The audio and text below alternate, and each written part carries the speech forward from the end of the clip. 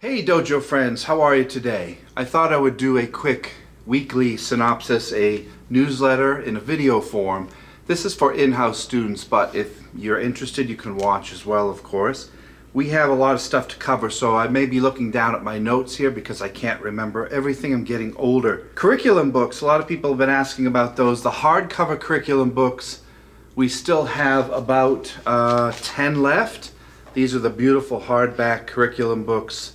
70 pages of intense material. These are still available. The soft cover version has been sold out, so we don't have any more of these. I've just sent them back to the printer, so we'll have a kind of a second printing, second edition coming out soon. You'll know the difference by the cover color. The color of the next cover will be kind of a golden yellow. So we know that this is the first edition, second printing, third. Every time that we change it, we're going to change the cover color so that you know which one you have. We've corrected the spelling errors that we found, so the second edition will be even better. Our goal is each time these come out, they get more and more precise. We change and evolve each one. People ask, are these for sale? They're not for sale. These are just for in-house students because, to be honest, if you don't train on the mats here physically with us, you're not going to understand 95% of this stuff. Yeah, there are a lot of charts that might help you, but these are not really for sale for the public. I apologize. We have a bunch of new belt graduates that just got their new rank recently here at the dojo. If I didn't get your name, I apologize. Braden just got his this past Saturday. Braden, you did a great job. Got his brown belt. Keep going, Braden. Kathy got her brown belt last week. She kicked butt. Damir got his belt. Jorge got his belt. Ashton got his.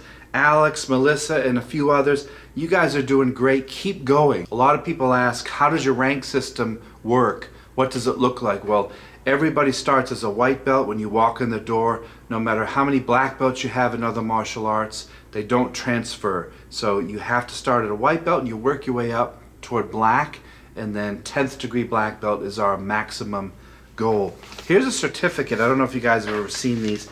These are our particular certificates here. This is for Nikhil, who's graduating to blue belt this week. You start out as a 15th Q, Jugo Q, then you work Juyon Q, Jusan Q, Juni Q, Ji Q. So Nikhil is moving to 11th class, blue belt this week, so that's Ju Q. Think of it as a V shape.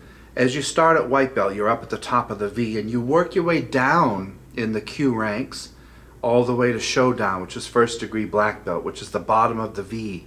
Then you work your way up toward your Dan, your degrees. So you go down the V, that's your goal. Once you hit the bottom, you're at Shodan, which means you're a beginner. Shodan means first step. So you have to work 4 to 5 years just to get to that level, like a high school diploma, and then you start college and you work toward doctorate, etc. So you go down and then you go up.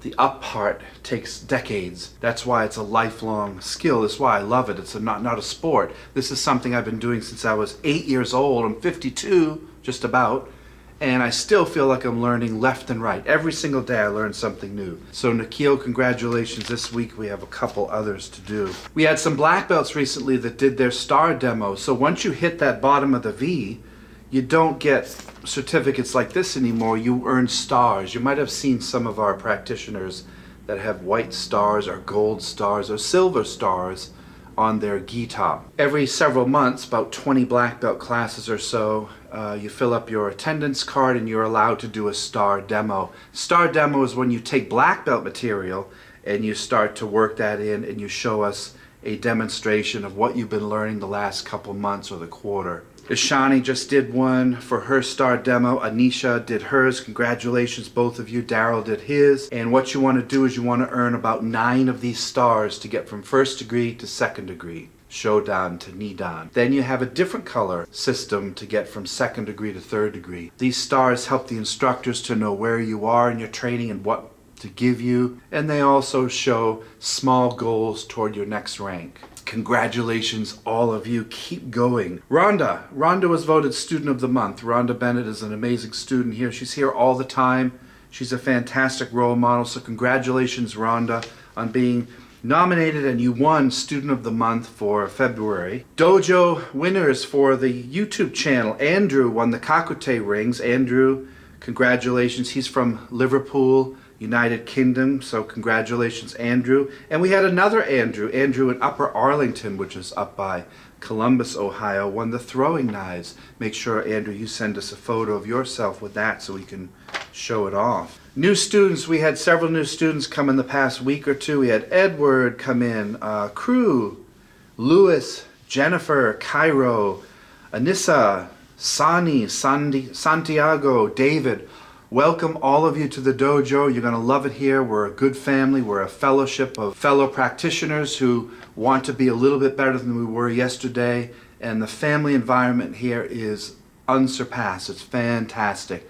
So if you ever have any issues with anything, come in and talk to us. We will help you out as best we can. We're here as a team working toward common goals, which is self-defense, self-protection, and just how to be a better person. Extracurricular classes this week, aside from your regular 2 or 3 curriculum classes, are today we're open for President's Day, which is Monday.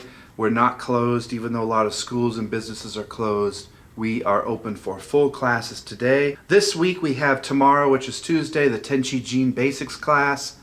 That is at 6 o'clock. Last week we did the Uragatame, these arresting techniques of the samurai. We did 5 of them. The week before we did the Omotegatame. Let me show you the chart and how we work off this chart every Tuesday. This is a classical chart that's on our wall here. It's a syllabus of the Bujinkan that we work on every Tuesday for about an hour.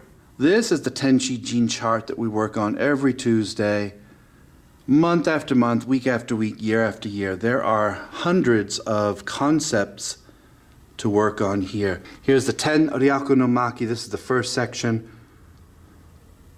which took us, a year and a half to get through. So we do one of these for an hour every Tuesday.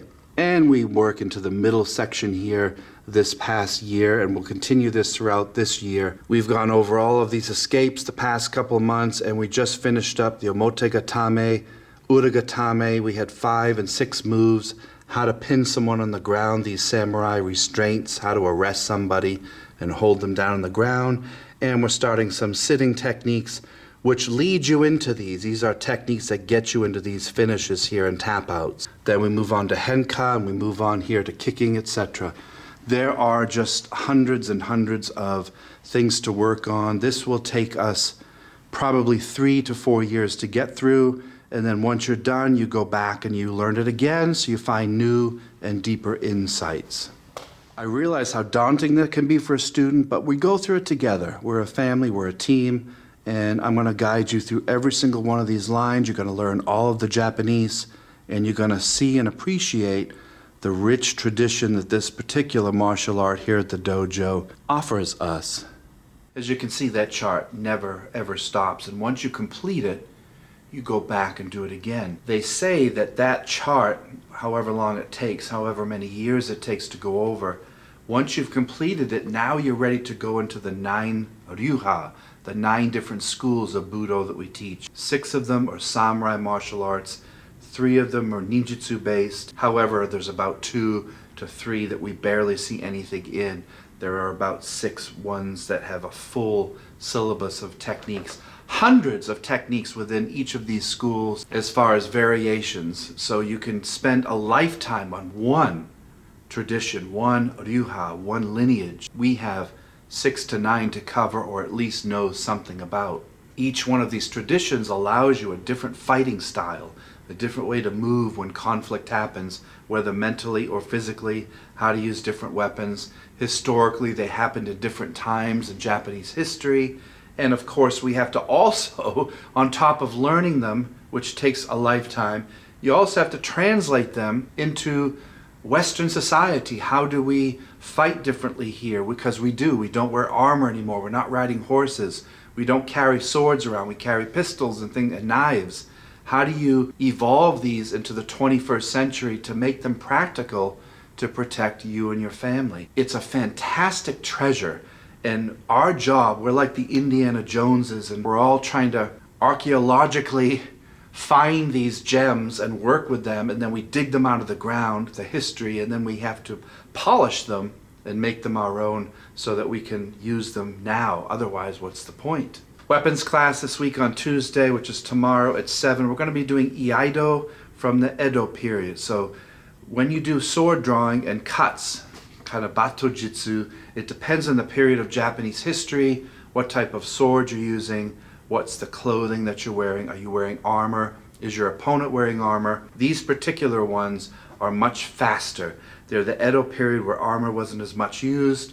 A lot of people were just wearing soft kimono and things like that. A lot of bare skin, so they're quick movements with your sword from the scabbard. So we'll be doing no-toe cutting and things like that, and how to attack quickly, perhaps one-handed, rather than the big swords with two hands. It's a whole other philosophy. And I have a written syllabus of that period of time with techniques versus the old style where you're fighting in armor. These different periods of history of Japan have different sword methods, techniques, and ways to defend yourself. If you have an Iaito non-sharp katana, bring it in please.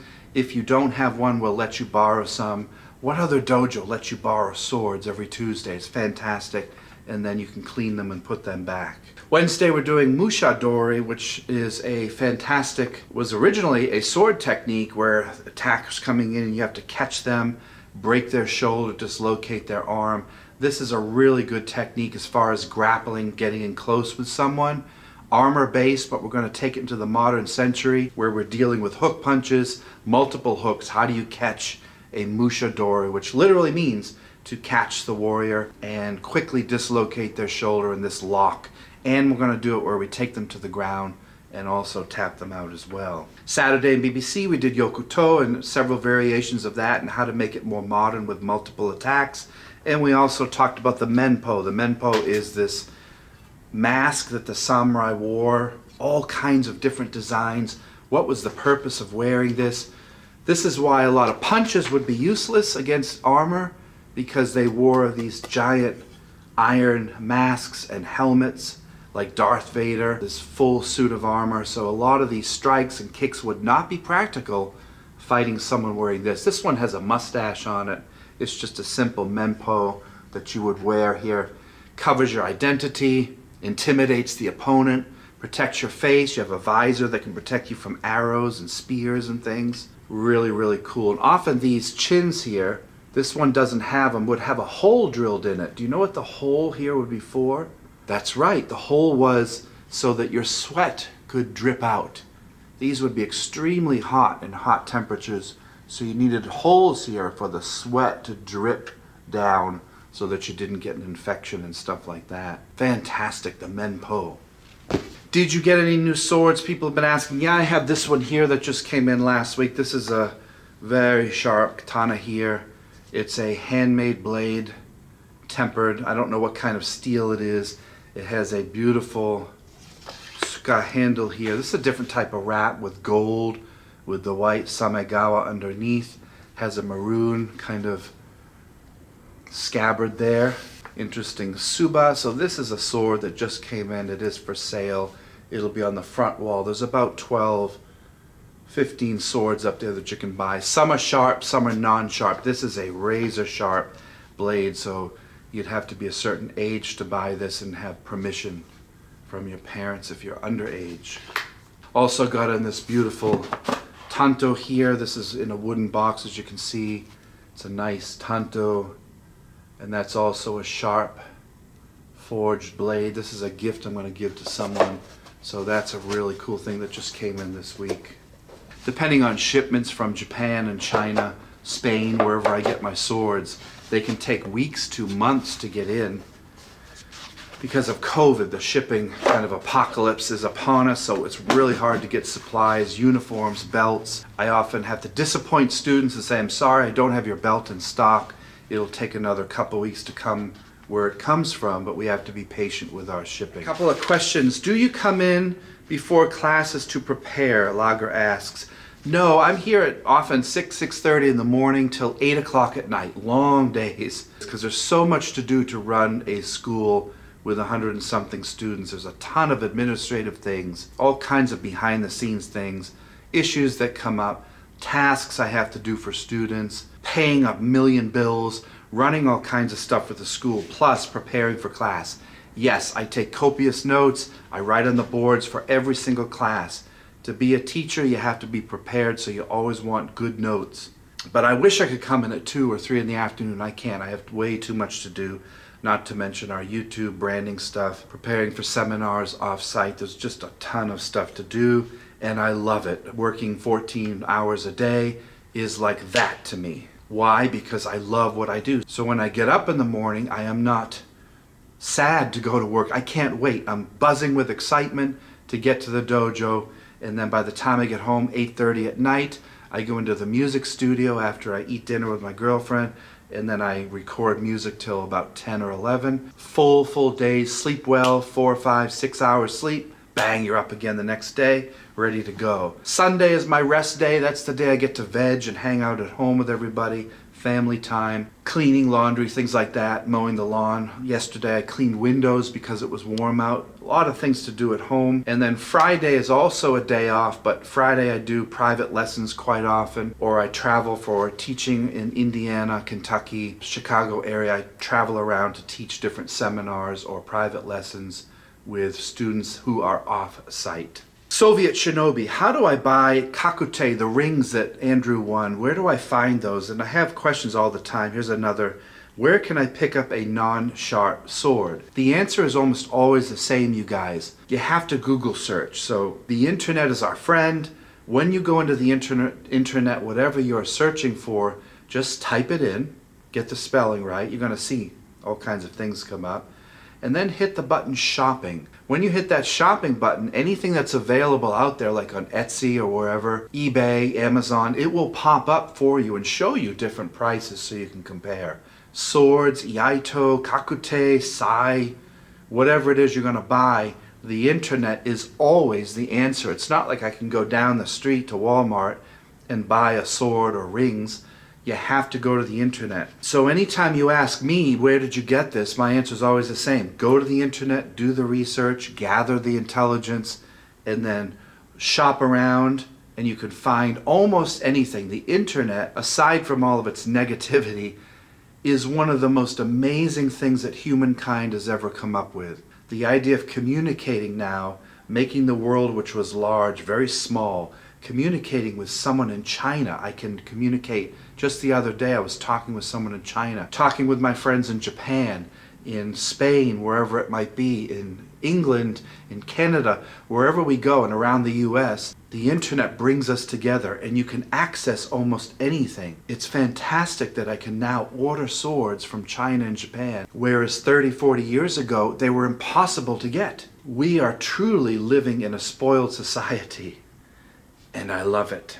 What we have to be careful with is the easier things are to access, the more likely we are to quit and let them go, because we have that dopamine rush. We can get things instantly. I can order from Amazon and tomorrow it'll show up at my door. What happens is that destroys our patience. It destroys our ability to wait and to treasure things. Same with martial arts. You can't get a black belt in 1, 2, 3 years. You have to do it, put in the hard work over and over again, year after year, so that that degree or whatever you're working toward becomes more precious. It's not something that is easily accessible. It's something that's very hard. It's a skill set that is rare. Most people quit, and only a couple that stuck with it and had the fortitude and the patience with themselves and got over their fear were able to acquire those skills or attain that thing. Going back to Indiana Jones again as that analogy for today, how hard was it in those movies for him to find things? He had to travel to remote parts of the world and go into these dangerous caves and fight poison and snakes and bad guys. Therefore his treasures were more precious to him. They weren't delivered to him in a cardboard box the next day. And that's why his life as an imaginary character was so full and exciting, something we wanted to watch, because of how hard he had to struggle to get what he was looking for. So my point to all this is, the more that you wait for something, the more appreciative you will be and grateful you will be when you finally get it. If it's easily attainable, it's easily expendable. And if we get in that quick cycle we are never ever really satisfied or happy. Here's a quote to leave you with. I always end our newsletters with a quote from somebody. See if you recognize who this is. Here's the quote. I must not fear. Fear is the mind killer. Fear is the little death that brings total obliteration. I will face my fear. I will permit it to pass over me and through me. And when it has gone past, I will turn the inner eye to see its path. Where the fear has gone, there will be nothing. Only I will remain. Who is that? Who wrote that? Those of you who know, those of you who are avid readers, that's right. That was written by Frank Herbert, who wrote the book series Dune, which I just happened to see that movie a couple weeks ago. Good movie. Frank Herbert bringing us an eye of wisdom to make sure that our week is full of fear killing, going toward our fears rather than running away, running toward our responsibility rather than hiding from it. That's what brings power. And power through his eye is when fear is gone and I have destroyed it, I have obliterated it with, even though I was afraid, I got through it, I walked through it, I saw its path where it came from, and there's nothing left except me in a better state. And that's very, very encouraging for all of us out there to get up, get dressed, get out of the house, and run toward our goals and dreams wherever they may be for you. Everybody, thanks for watching. I hope you have fun and have a good day or night wherever you live. Continue your training and we'll see you soon. Thank you for watching.